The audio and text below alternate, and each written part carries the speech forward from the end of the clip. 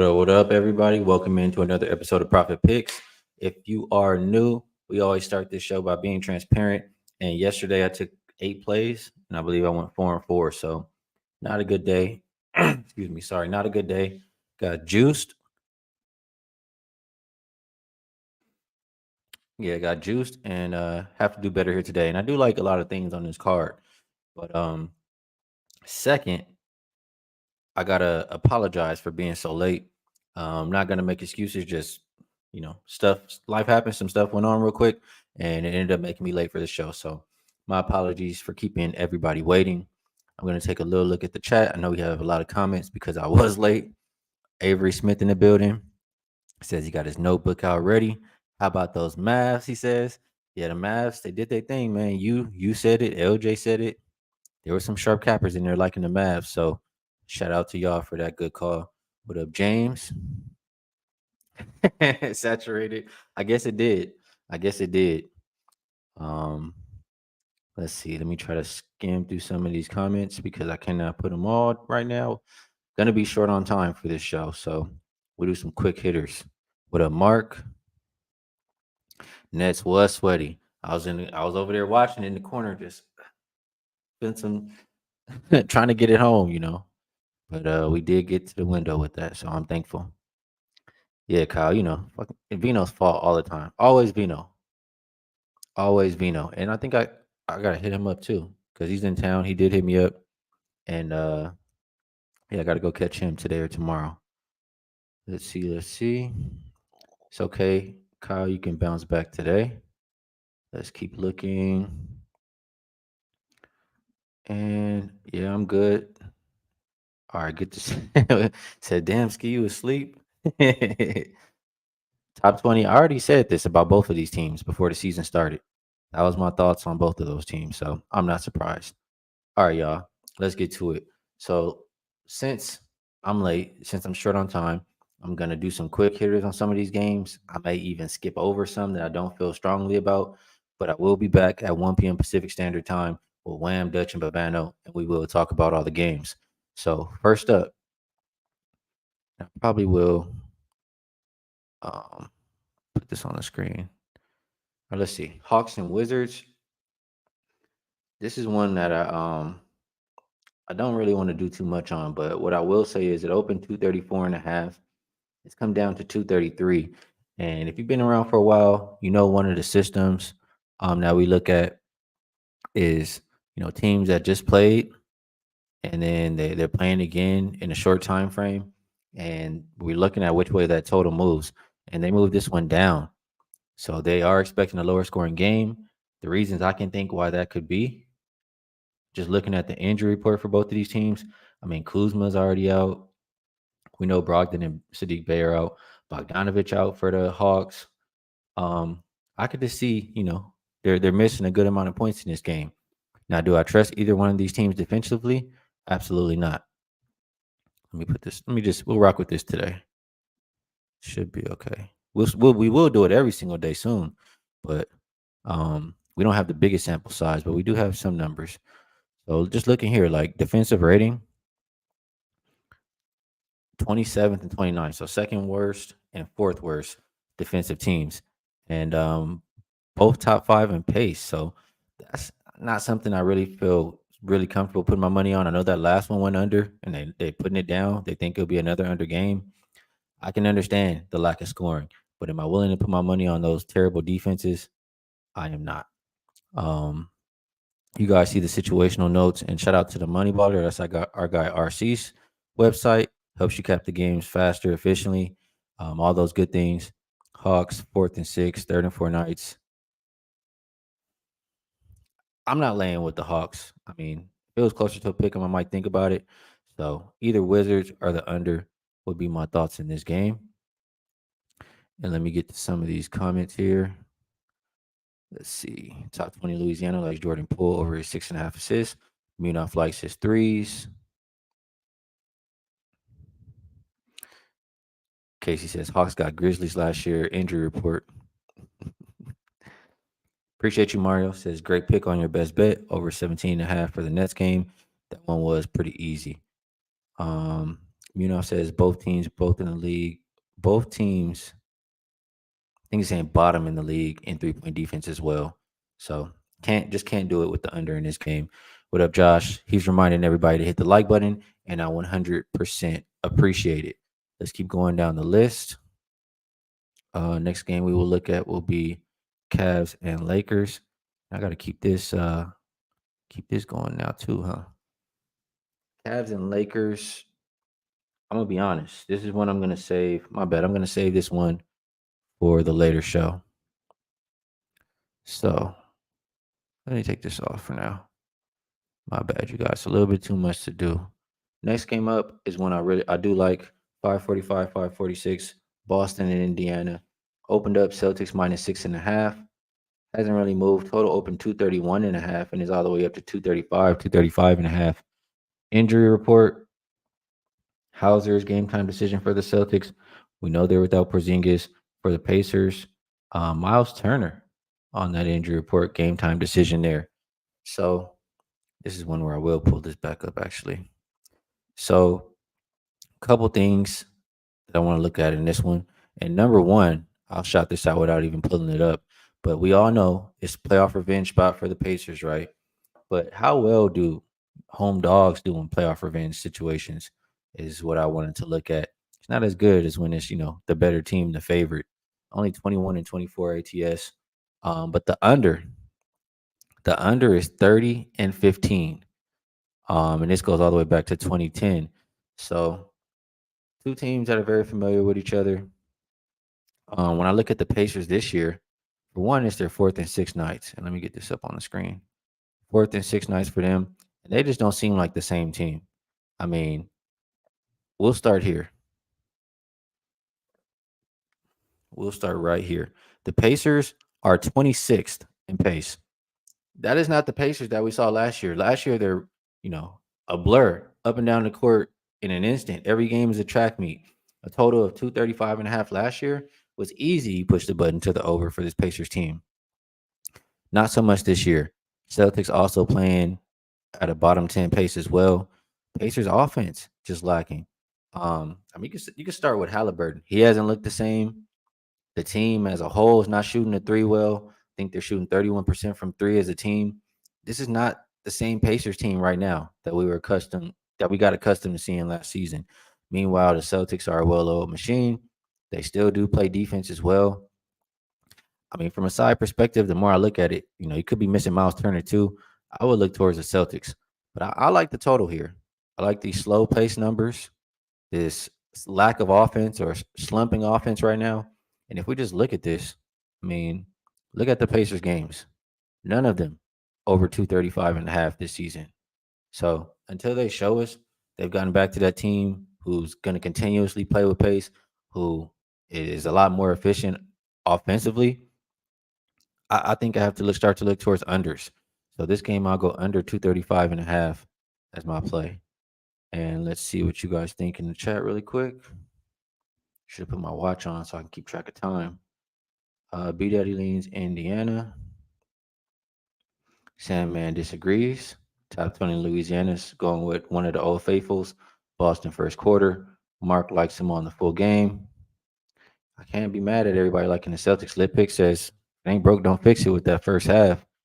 Says Pacers are 1-3 ATS first half so far this season. Jose likes Tatum over points and rebounds. That could be a very good prop. And yeah, Hank Hallie is terrible. As much as he's been my guy, I got to call it like I see it, and he does not look good. Looks like the Monstars took his powers or something. I don't know what's going on with Hallie. Hello, Miss Tasha. So let's keep moving down the list.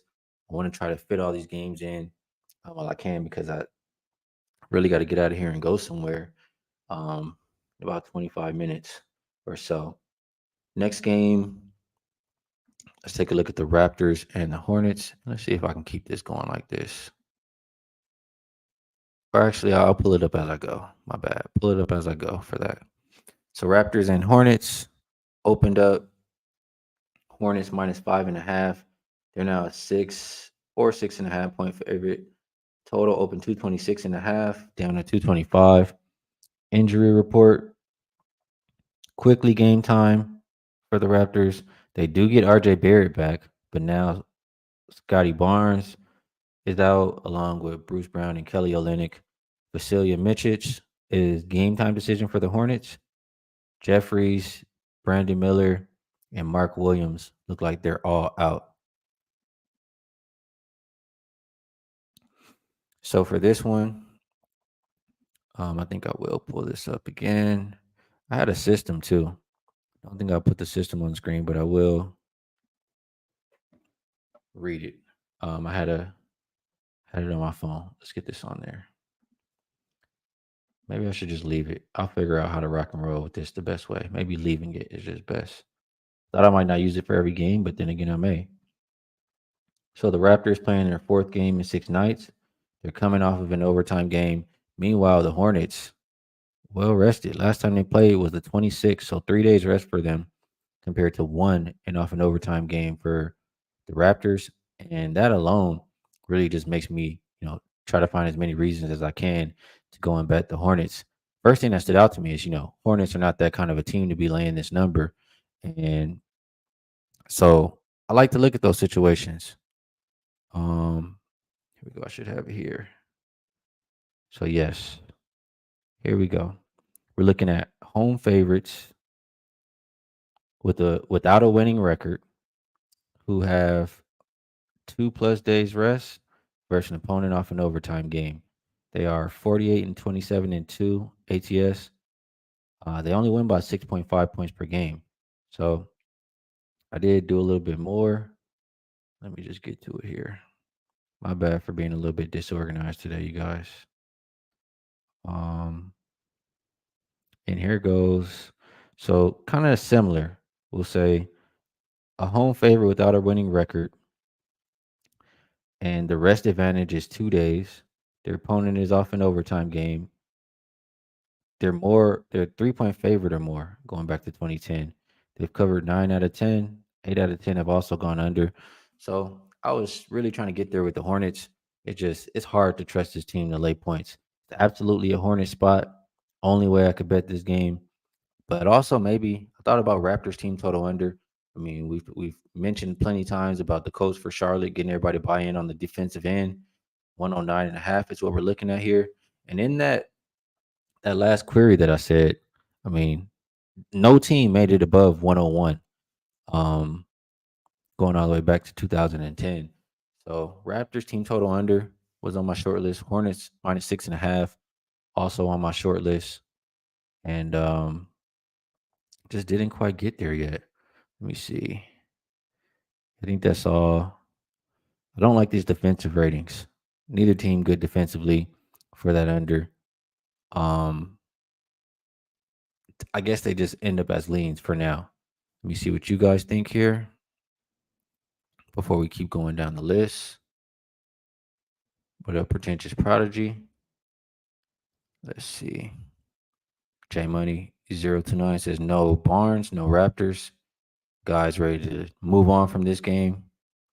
Kyle in the building says Hornets 4 and 12 ATS with 2+ days rest last year.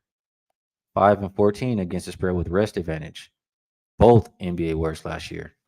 Now that stands out to me.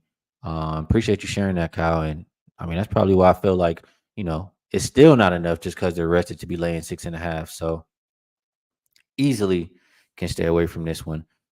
Probably lean more towards an under or team total under, I guess, in that one. Appreciate that, Kyle. And Sandman says he's from Charlotte, not laying with the Hornets. Hornets will win, but he likes the under. Where is the scoring coming from with Barnes out for the Raptors? Well, they do get RJ Barrett back, and they could get quickly back, which could mean pace and more offense. So I'm kind of in wait and see mode. I'll monitor the injury report, and we'll see if we make a move on that later. Pistons and Sixers, I will go ahead and skip. I don't really feel strongly about that right now. Knicks and Heat, we will also talk about later. We'll move over to this one. We can look at a few different ways. So let me get that on the screen here as well. Looking at the Magic and the Bulls. This one opened up Magic -4.5. They're now 5.5 as a consensus. Total of 4 points to 229.5. An injury report here. No Lonzo for the Bulls. We also have Jalen Smith game time, Batazde and Jonathan Isaac game time decision for the Magic. Both teams, 4 games in 6 nights. Um, so a couple things to look at here. Number one, no Lonzo. First thing I automatically think about is we got to go back to Josh Giddey. I mean, he's cleared his PRA number, I believe, in 3 straight. Um, and all the reasons I said before last time when we took him. I mean, he wanted this bigger role. It's time for him to perform. When Lonzo's off the court, even more minutes, even more chance to ball handle, et cetera, et cetera. So I think we take advantage of Lonzo being out. And whether you want to do assist or PRA, I don't really want to talk you too much off, but I chose PRA. He's been really good rebounding, and I just think he'll fill up the stat sheet. So Giddy over 24 and a half points, rebounds, and assists was pretty much like until I lose a couple with Lonzo out, that's the direction that I'm going. Now, number two, in general, I don't think it's the best spot for the Bulls. Let's get back over here to this. Yeah, I don't think it's the best spot for the Bulls. Actually, no, just talk about it. I don't think it's the best spot for the Bulls because it took a lot of energy to come back in that game. I mean, they were down 20 points. It takes a lot for you to come back and then come back and give another good effort in the next game. So I don't love the spot for them. I think the Magic are clearly the better team in general, and kind of almost seem like they're on a mission. So I think the Magic are the right side.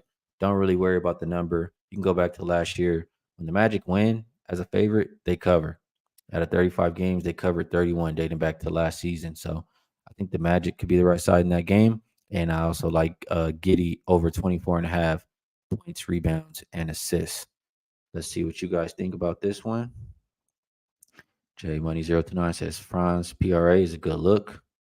Don't want to talk you off that. Star Child. Patone says, are the Magic an over team this year? So far, I believe they have been.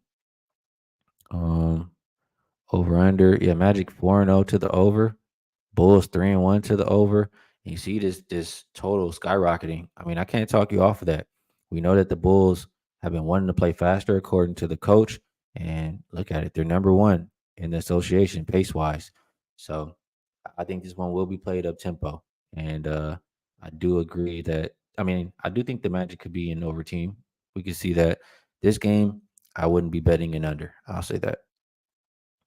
Top 20 Louisiana likes Magic first half. Let's see. Saturated says, why is Lonzo out anyways? Don't tell me he needs surgery again. Yeah, I didn't look at the specific injury. I didn't dig too deep. So I'm not sure, but I think it was only for a few games. Munoz says, oh, this is a good one. Wendell Carter Jr. revenge game, points plus rebounds over 20.5. Gone over this in Chicago in all 5 games. And I do remember betting one of those. So Wendell, I'll write it on my short list. Carter, or long list. Junior, P plus R, 20.5. Good call out by Munoz there. And there you go. Say sprained wrist for Lonzo. All right, we got a little bit of time. We'll be able to get through some games today. Still going to continue to skip the ones that I don't feel too strong about. But maybe we'll talk about the rest of these. I think I'm making okay time now. Next, we'll go Nets and Grizzlies. And let me also get this tab correct.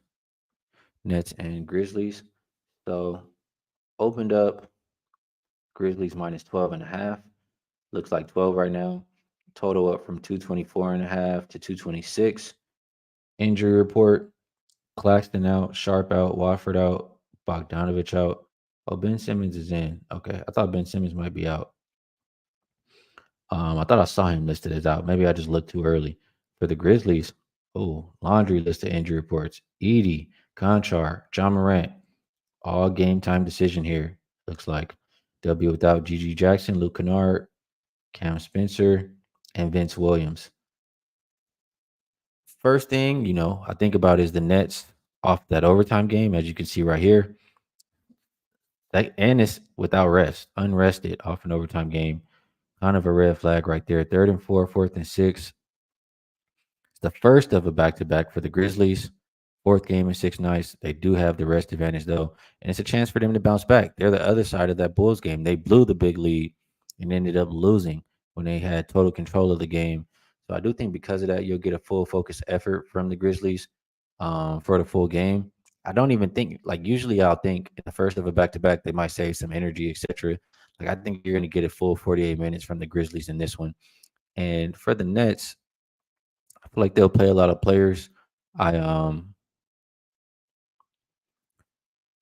my bad. They'll play a lot of players, and I'm not really worried as far as from the total perspective. I look at the total more than the side. So what I'll go with first of all, first thing that stands out to me is Grizzlies. They've been playing good basketball. It hasn't mattered who's been on the court. Ja Morant doesn't play, it doesn't matter. They put up, they go up and over and continue to play well. They've had back to back games, 30 plus assists. That's just a sign of a team playing well offensively and playing the right way. So I love that. You also look at this Grizzlies team, pretty sure they're third in pace. Yes, third in pace here for the Grizzlies. And they can definitely speed up opponents. What do the Grizzlies like to do? Grizzlies like to attack the paint. They like to eat in the paint. Nets are missing two big men. They're already bottom five in paint field goal percentage allowed. So, like for a Grizzlies team that's number two in paint attempts, that's a recipe for some points, recipe for disaster defensively for the Nets. And looking at how maybe the Nets, and all these numbers are here. What's the number I just pointed out? Paint field goal percentage allowed. Why can I not? There we go. Oh no, paint attempts is what I said. Number three here. And I don't know. Maybe I messed up. I'm a little out of sorts, but pretty much Nets don't defend the paint well. Grizzlies attack the paint relentlessly. And without two big men down there, the Grizzlies will have a lot of success. Grizzlies also sharing the ball well, playing the right way, playing with pace. How can the Nets contribute? How can they take advantage of the Grizzlies? I think it's going to be the above the break three. You look at this, Grizzlies allow the second most attempts. They're also, their opponents are making them as well above the break 3 point field goal percentage allowed. And what are they doing right here for the Nets? Number one in above the break three field goal percentage and top 10 in attempts. So that's where they can have success. They ran in from three. Grizzlies score in the paint. And I think this one can get up and over. So that's my thought on this game. Let's see how the chat feels about it. A lot of comments coming in now. You guys like this game? Let's see. What's good, Chris? Yes, Jonathan Munoz is really good on props. He says when Munoz speaks on props, I better listen. B Daddy likes the Nets plus 12. Hank says Levine cashes threes.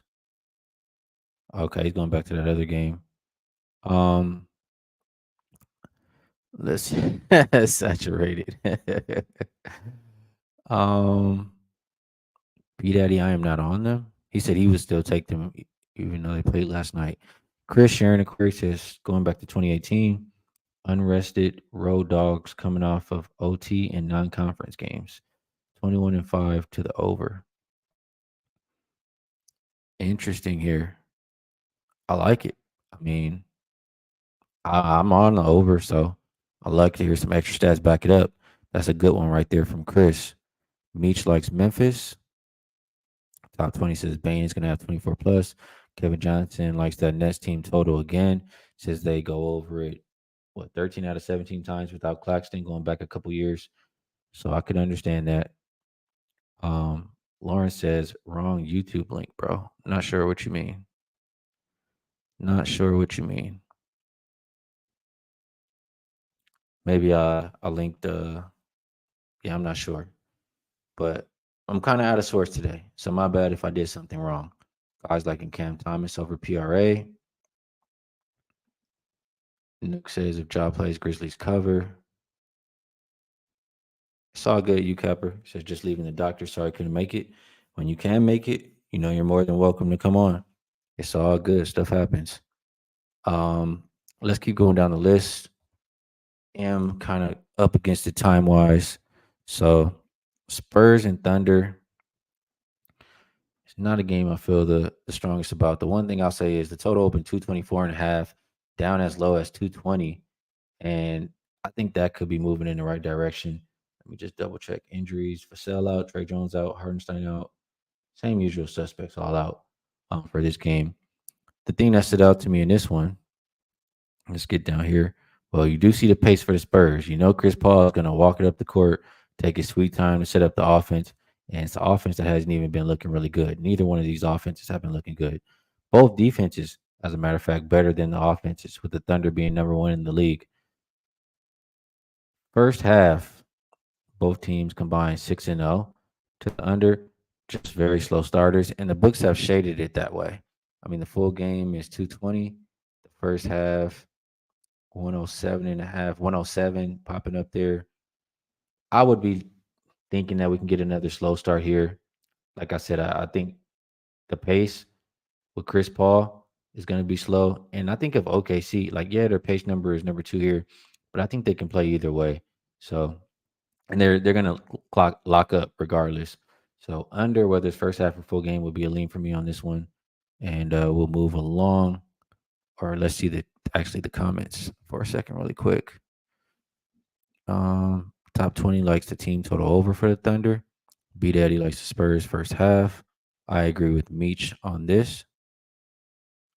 Yeah, RC in here in spirit with the money baller. Great site. I'm glad that he made it available for us. I'm going to continue to move down the list, and we'll go to Pelicans and Warriors. Let's see. Let me get this going there. So this game opened up Warriors -1. They're a 2.5 point favorite. Total is right around the opener. Injury report: Wiggins is game time. Still going to be without Steph and Melton. You have Herb Jones game time for the Pelicans. Still no Trey Murphy. Still no DeJounte Murray. So kind of how I said earlier in the games where I look at, where the teams just played and where the total, ended and what the total opens up in this next game. I mean, that one went over and this one opened up a little bit higher. So they think it can even get higher than that. But I mean, both teams shot so well in that game. I want to say both shot above 40% from three. Let me just double check here. And I can't really see that happening again. So 29. Warriors, Pelicans.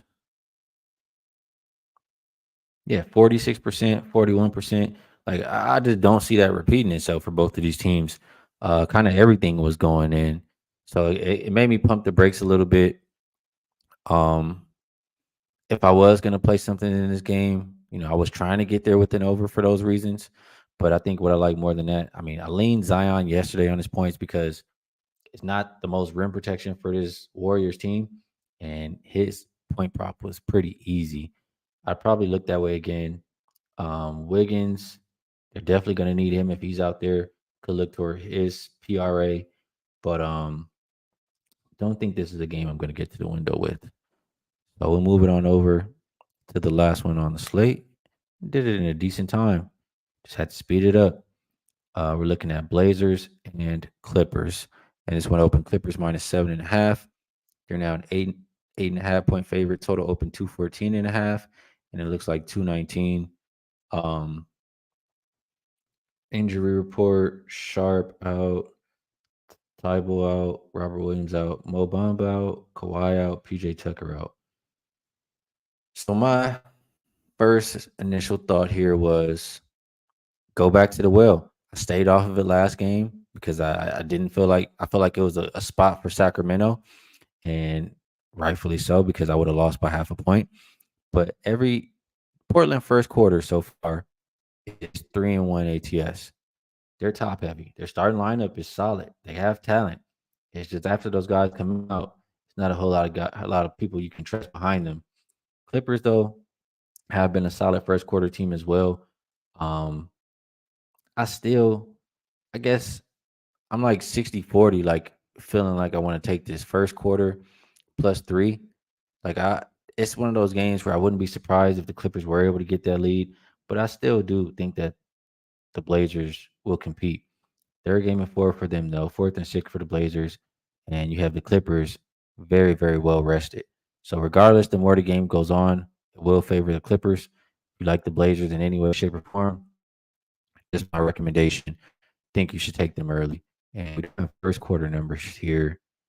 Um, yes, the first half here against the spread, 2-2. Clippers, they've been pretty good ATS. So I pumped the brakes. I'm likely to think about this one a little bit longer. You can see both first halves are combined 6 6-0-1 to the under. Maybe that's the way to go here. Both teams defense better than offense. Bottom 10 offensive rated teams. Blazers playing with a little bit of pace. Clippers not so much. I do think the Clippers are an under team. And looking at this total go up, I'll say this: the Clippers haven't hit 220 in regulation yet, I believe. And I'll just double check that. No, they have not. 220 once in regulation. They did this game because it went to overtime, but they're just an under team. So let's see what that first half number is. 111. It's interesting. Just double check here. Yeah, the first half under has been hidden. The full game, not as much. So I'll write that down on my short list. I'll come back and attack it later with my guys, the OG crew. Clippers, Portland, first half under 111. That's kind of what I'm thinking there. Let me see some comments.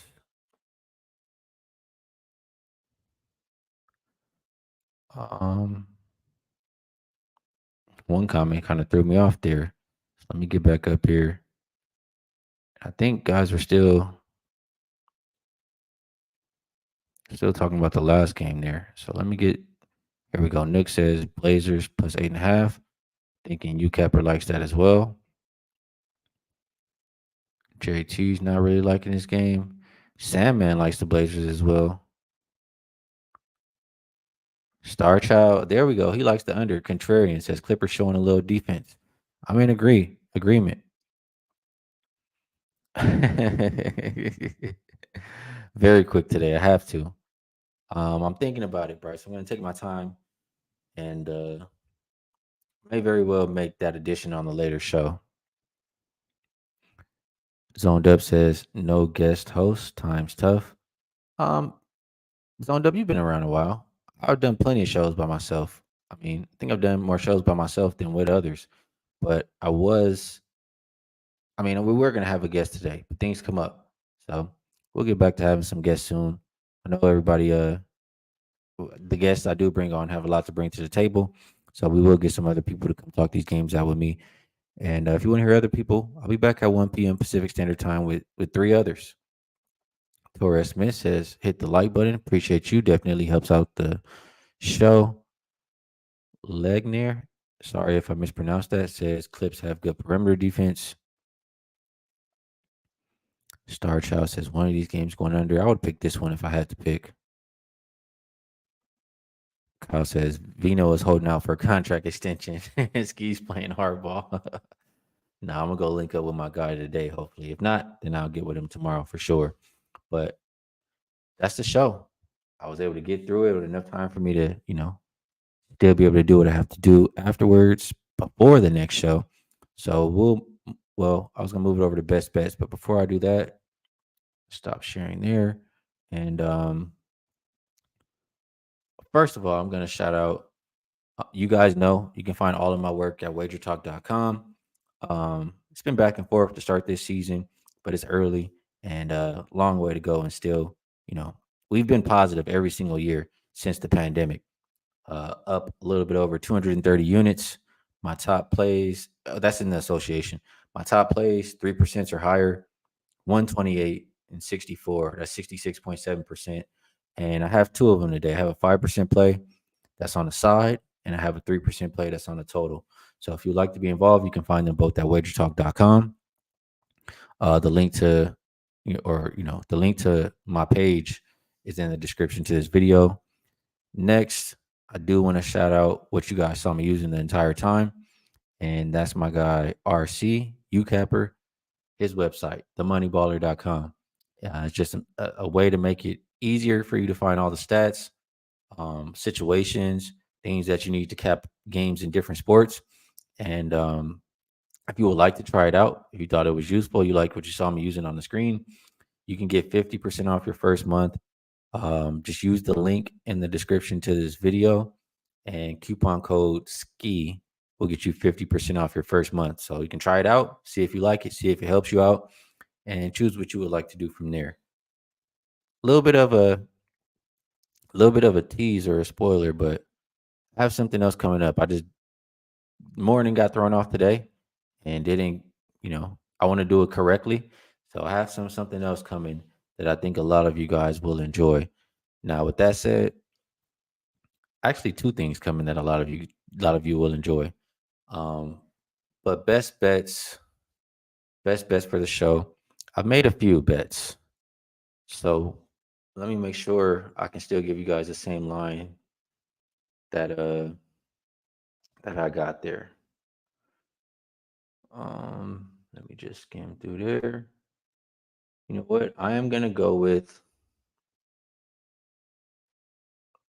I feel like I should go back to the well here. No, this is what I'll do. I gave this one on a single game video I did on Wagertalk. I talked about it here earlier, but the more I think about it, I mean, they got to prove it to me. My best bet for the show is going to be Boston and Indiana under 235 and a half. Like I said, Indiana hasn't hit this number once this year. And it clearly, if they can't hit that number, it's not looking like the same team we saw last year. They're not playing with pace. They're not shooting the ball well. Their stars are struggling. And we're going to expect them to come in here and score points versus an elite Boston defense. I just don't think so. Boston is not playing with pace either. So as long as they don't shoot the lights out the gym, this one goes under 235 and a half. Best number that we see right now, Boston and Indiana. So appreciate you guys. Um, I will be on again with Dutch, Babano, and Wham Bam at 1 p.m. Pacific Standard Time on this channel.